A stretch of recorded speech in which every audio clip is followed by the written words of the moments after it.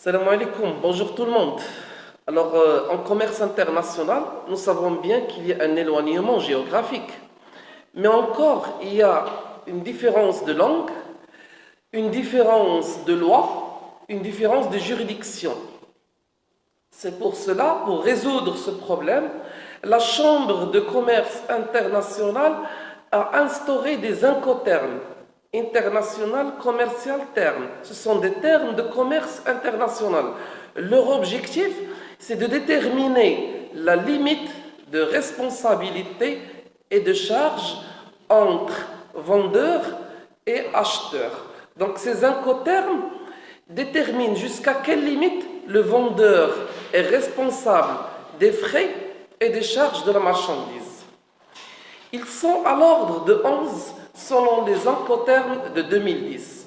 Auparavant, ils étaient 13. On a retranché 4 incoterms et on a ajouté 2 incoterms.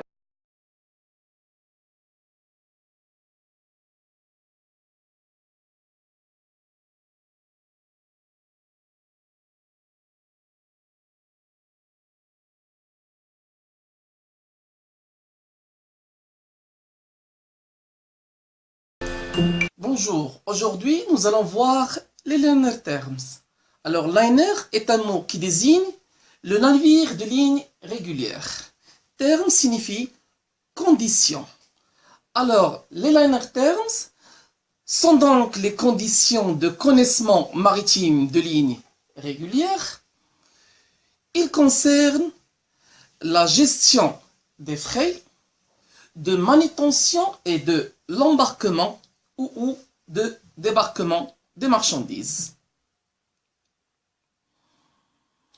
Les frais de manutention introduits dans le calcul de taux de fret par les transporteurs seront par la suite imputés au chargeur ou au destinataire de la marchandise, en fonction de l'incoterme bien sûr choisi.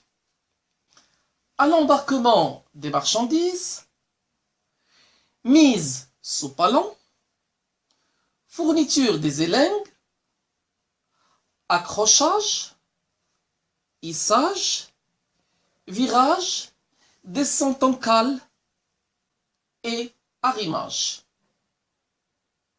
Au débarquement maintenant de marchandises, il y a des arrimages, fourniture des élingues, accrochage, hissage, virage, descente et mise sous palon sous quai, retrait des élingues, décrochage et éventuellement mise en entrepôt.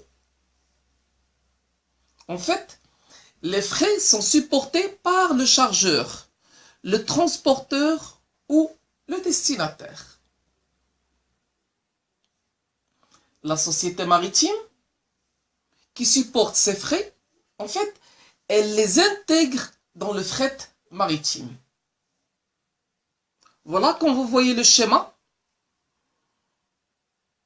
vous constatez bien à travers le schéma qu'il y a le quai de départ, le chargement, la mise dans le bateau, à bord du bateau, du sous-palon vers le bateau ou bien du quai d'arrivée du sous-palon ou bien à bord du navire, c'est ce qu'on appelle le déchargement.